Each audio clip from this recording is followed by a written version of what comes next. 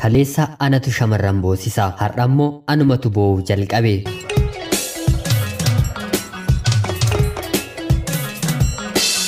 Ani maqaan koo Eekee kanin jedhamu, kanan dhaladhee guddadhe godina Baalee aanaa Sinaanaa keessatti yeroo ta'u, akkuma ilma baadiyyaa kamiittiyuu waanuma ijoolleen baadiyyaa maatii isheef hojjettu hojjedheen barumsa koo sadarkaa tokkoffaa kutaa 1-8 ganduma baadiyyaa naannoo keenya jiruttiin xumure.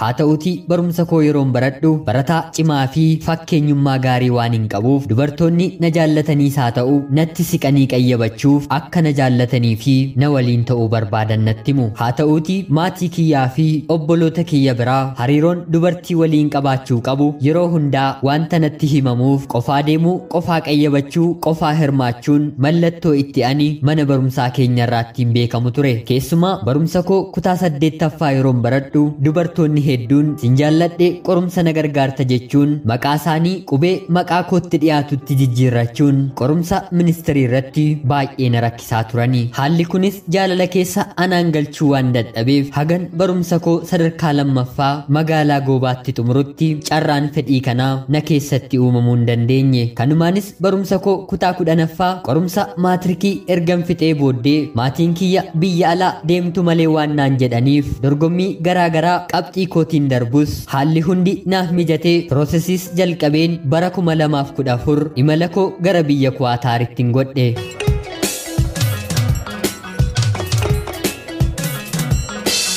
Akkuma nama tokkos of jijjiiree maatii koo jijjiiruun kaayyoo koo galmaan gahuuf hojjechaa kanan ture yeroo ta'u ammas dadhabee toon jedhiin hojjetachaan jira. Otuma haala kanaanis biyya Kuwaataar keessa dalagachaan jiru guyyaa tokko halkan hojiirraa ba'een bilbila hiriyaa kootti nan bilbiladha jedheen lakkoofsi dhumaa tokko waan na jalaa dogongoreef mucattii takka irratti na jalaa bilbilame. Anis sagalee jalqabaa dhagaheen hiriyaa koo akkan taane bareen bilbila koo yeroodhaaf dafee cufus namni bilbilee kaase shamarra waan ta'eef daqiiqaa 5 booda deebisee bilbiluun haasofsiisuun eegale. Carraan wanta namatti fidu hin beekamuuti mucaan kun intala abbaa Jifaar Oromoo nama Jimmaa turte. Aniif ishees carraa nu mudateetti walitti kofallee erga waliin haasonee booda qalbiin ishee akkuma bilillee yookiin mahibuubaa mooticha Jarmanii Herman von Paaklar gabrummaa gara giiftummaatti jijjiiruun qalbii isaa hatte. Anas sagalee masheetiin onnee koo akka bakakkaa samii lafatti bu'u baqaqsite gadi seente.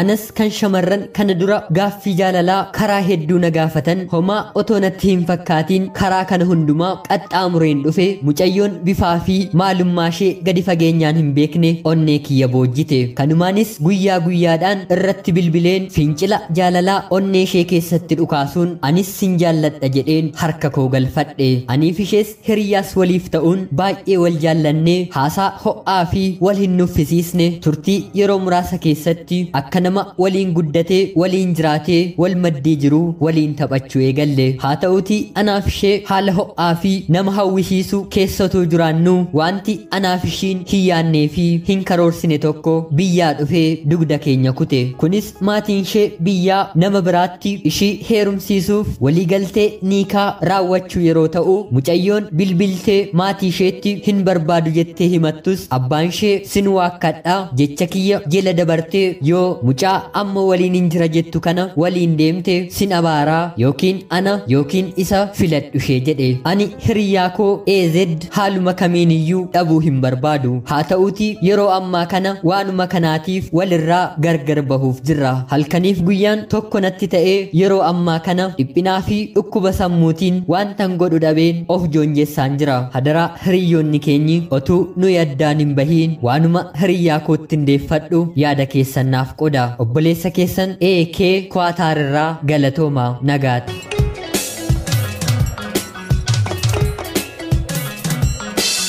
Ashamaa akkam jirtu kabajamtootaaf hordoftoota qophii Oromiyaa 24 nagayaaf jaalalli tokkummaan bakka jirtan hundumaatti hunduma keessaniif yaa ta'ucha. Guyyaa har'aas xalayaa obboleessi keenyi AK Kwaataar irraa nuuf ergee isiniif dubbiseen hin ka'a. Akkasin irraa barattanii fi hubannoo guddaa irraa argattan homaa shakkii tokko illee hin qabu. Obboleessa keenya AK xalayaa kana nuuf erguu keetiif guddaa galatoomisiin jecha. Kabajamtootaaf hordoftoonni qophii Oromiyaa 24 haaluma obboleessi keenyi gaaffii nu gaafateen komentii jalatti akka deeggartaniini kabajaan isin gaafachaa. Anis dhimma kana irratti yaada dhuunfaa koo yeroo laachuu siif barbaadu haala dhugaa fi wanta sirrii ta'ee lafa kanarra jiru durseen sitti himuu barbaada. Yoo isa sirrii fi dhugaa ta'e kana hubatte dhugaa dubbachuudhaaf dhugaan lafa kanarra jiru maal akka ta'e beektee atis jiraachuu waan na dandeessuuf namoonni haala kanaa keessatti rakkachaa jirtanillee hanga xumuraatti na dhaggeeffadhaa siniin jechuun barbaada. Akkuma laaltee yeroo biyya jirtu sanatti haala kam keessatti iyyuu namoonni hedduun biyyaa waan si rakkisaniitiif jaalalli siinsi qabuuf baay'ee sitti ulfaatee ture. Haa ta'utii garuu yeroo keessi kee nama barbaadu yookiin jaalallee barbaadu sanatti immoo bilbiluma tokkoon keessi kee intala jimmaaf booji'amtee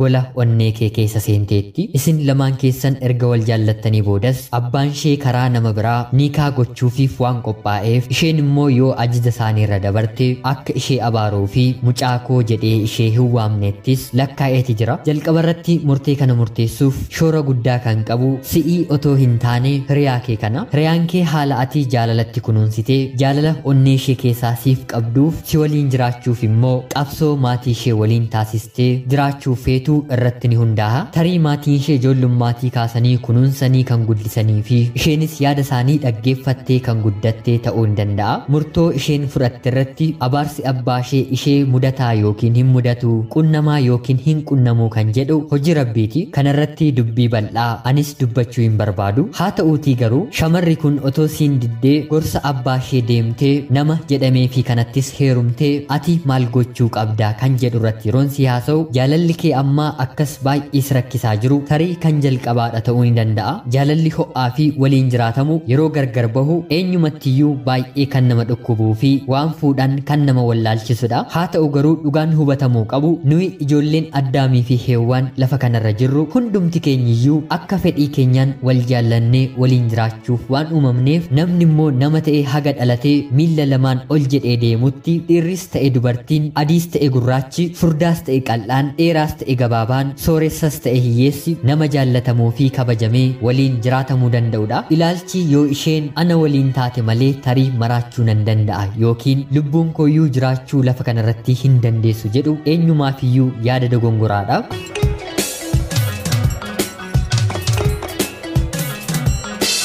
Ati ilaalcha sirrii fi yaada sirrii kan qabdu yoo ta'e ammas bor deebitee nama biraa jaallachuu waan dandeessuuf yoo tarii mucaan kun si biraa deemte ammayyuu laphee kee hin cufiin nama si bira dhufe akkuma nama dura si waliin tureetti yaadiitti keessa keetti keessummeessuun jiraachuu ni dandeessa kan jedhu yaada siif hin qaba. Tarii yaadni lammataa si'ii fi ishee bakka tokkotti haga dhumaatti waliin isin jiraachisuu danda'u jedhee yaadu kan biraa si'ii fi mucayyoon kun abbaa isheetti waliin taatanii iftoominaan himuun intalli namni isheen barbaaddu addunyaa kanarraa ishee gammachiisee jiraachisuu danda'u si'ii qofa akka ta'e erga itti himtee booda karaa kees gara maatii isheetti jaarsummaan otuu ergamee kan jedhu akka yaaliitti yaada siif hin qaba. Inni gara biraan sitti himuun barbaadu mudannoon akkasii hedduu waan na ta'eef dhuguma ati mucayyoo kana jireenya ishee guutuu hin miitu guutummaa guutuutti parsantii 100 ishii kunuunsitee waliin jiraachuu kan dandeessu ta'e immoo imaanaa fi sodaa rabbii of keessatti godhattee mucayyoo kana fedhii fi yaada maatiin ishee ittiin ishee rakkisaa jiran diduun abaarsisuun akka ishee hin qunnamne